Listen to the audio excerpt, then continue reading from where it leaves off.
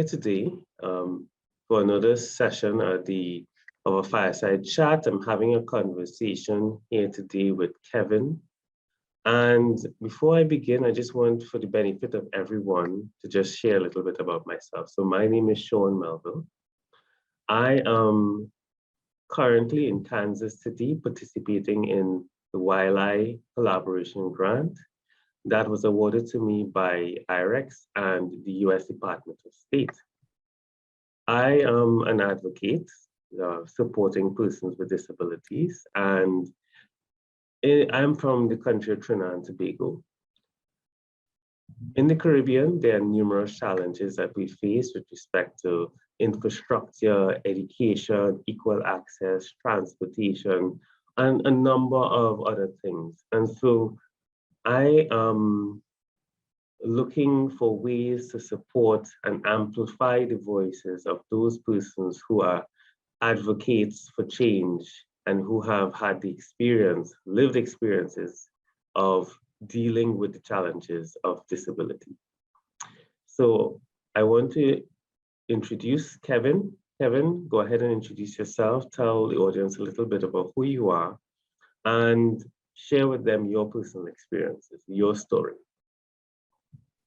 My name is Kevin Bushell. I'm from the country of Trinidad and Tobago. I have a disability. The nature of my disability is cerebral palsy. I have been disabled from birth, differently abled from birth. And my parents encounter a lot of struggles from the time from birth to now. I said they have done a lot in terms of assisting me in ordering me to be integrated or independent, have an independent life, right? Through operations, physiotherapy, right? Basically, and they did the best they could to bring me to a level of independence, right? So these facilities are not available or widely accessible in Trinidad and Tobago. So my parents had to raise funds to send me abroad. I got the operation in Trinidad, first of all, and they had to raise funds to take me to the States to get physiotherapy, which did a lot in helping me, for me to be able to be mobile and, move around and stuff on my own, right? So when I came back to Trinidad, I was about 10, 11 years old when I went abroad for therapy and doing my operation and all that. And when I came back to Trinidad, there was no facilities in place to continue my therapy.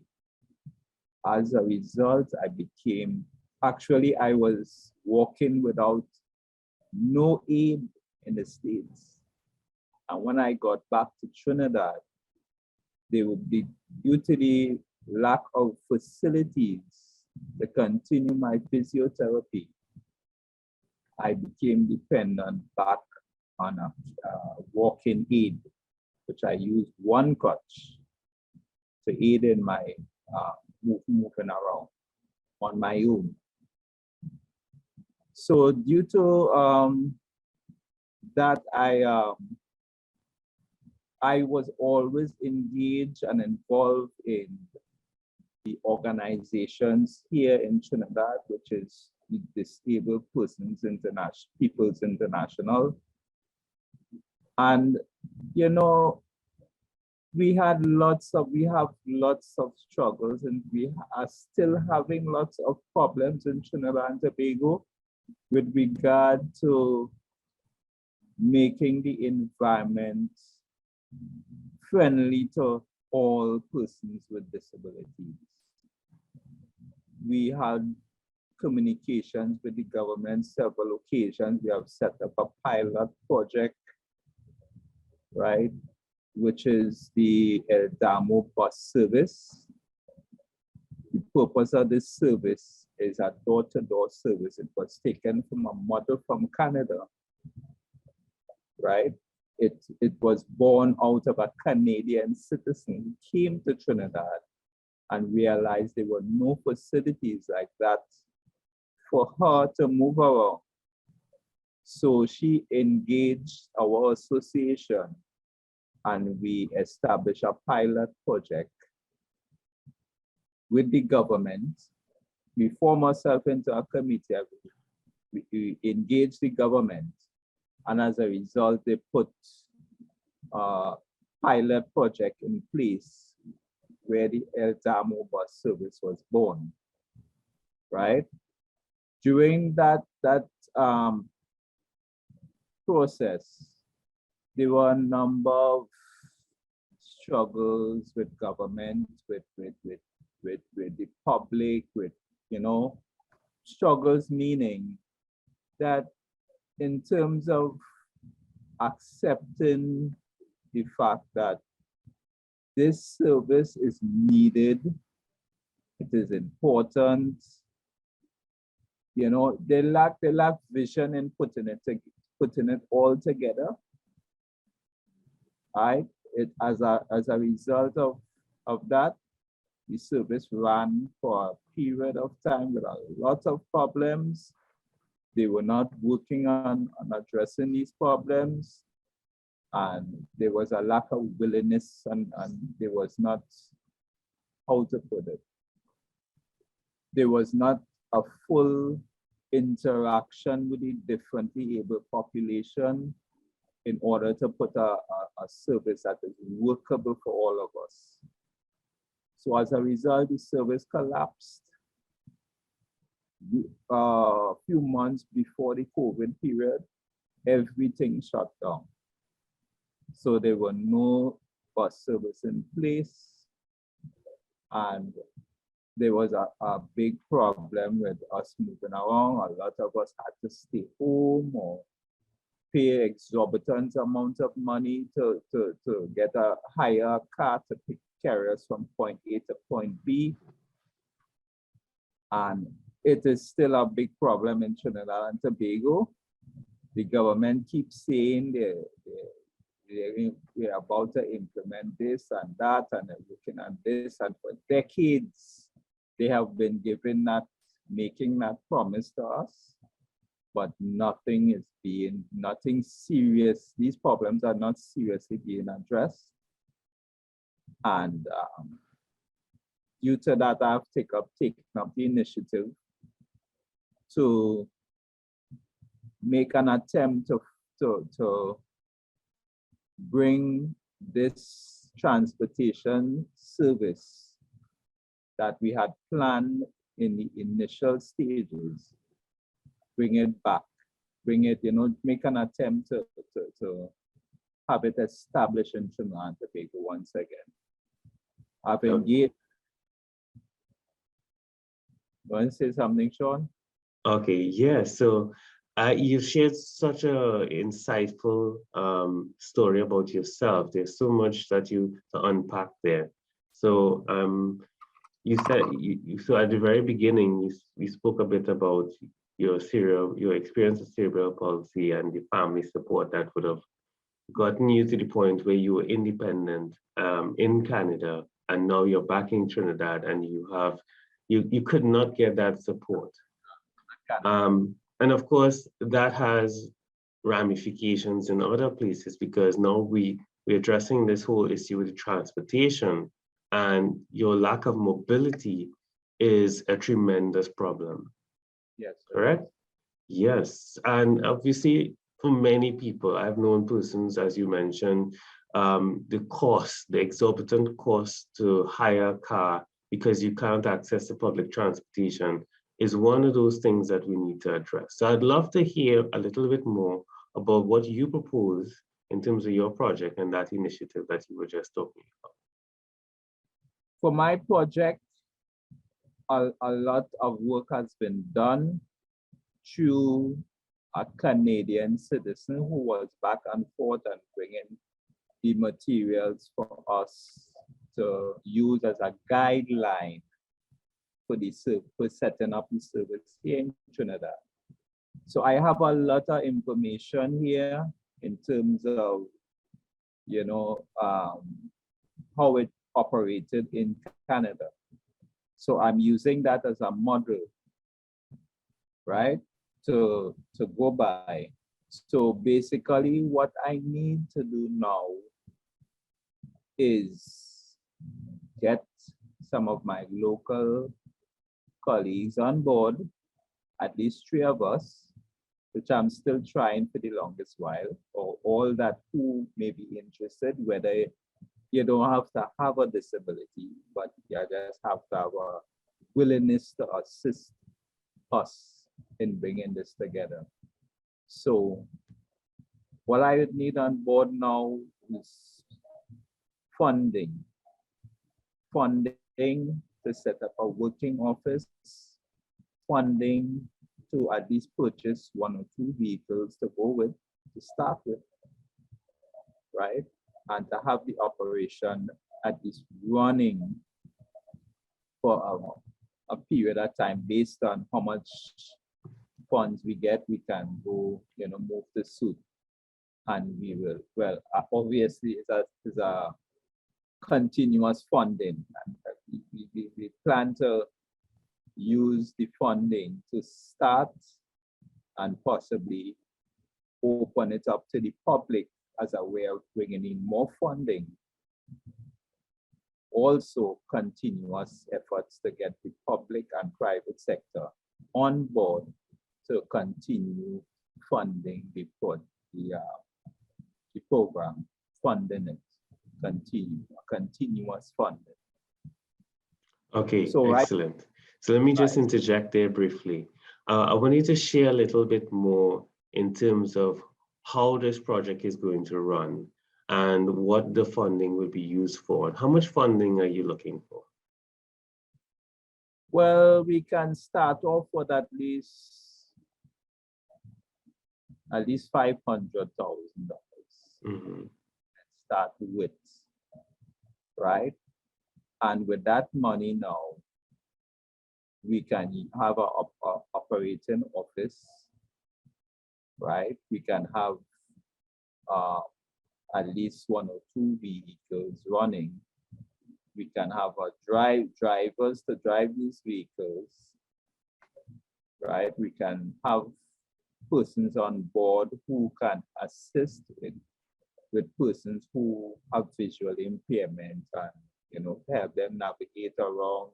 If they can move around on their own, well, you know, the service of that personnel wouldn't be needed. So it's on a need-be basis, have someone there to assist, right? So, you know, it's a number of different moving parts to it. And basically, once we get that going, we can start, me and my committee could start having more regular meetings. So we would, you know, see what other things we need to put in place based on the money that we have available at the point in time. Okay. So that's how we plan to go about it, how I plan to go about the whole thing. All right. And in terms of where you are with this initiative, what do you need to go forward with? You said you already have a proposal or a plan. Funding is required. Now, have you started anything as yet, or is this just simply still in the idea or the project stage? Yes, I've started. I've done a page where it's called a survey. It's a survey form, right? And I sent it out widely, and I sent out to a lot of persons, my colleagues, as well as maybe it needs to reach a bit further, but as again, funding, and also I'm not working, so that has limited me to where I can send this this form. This form is to gather the information as to how much persons need the service or require the service, right?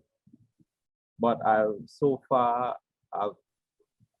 the areas I've sent it, I've not gotten any favorable responses. Maybe because it's not wide enough. You know, my plans is to really put it in the papers. When I put it in the papers, I will get a larger audience and probably more persons will, you know, fill it out. Okay, so what I'm hearing from what you just said is that you're currently in the research phase. You're reaching out to people, trying to better understand what their needs are and what the needs for the actual service would be like. And Yes. part of your challenge is obviously the lack of visibility and reach in your current network. So Yes.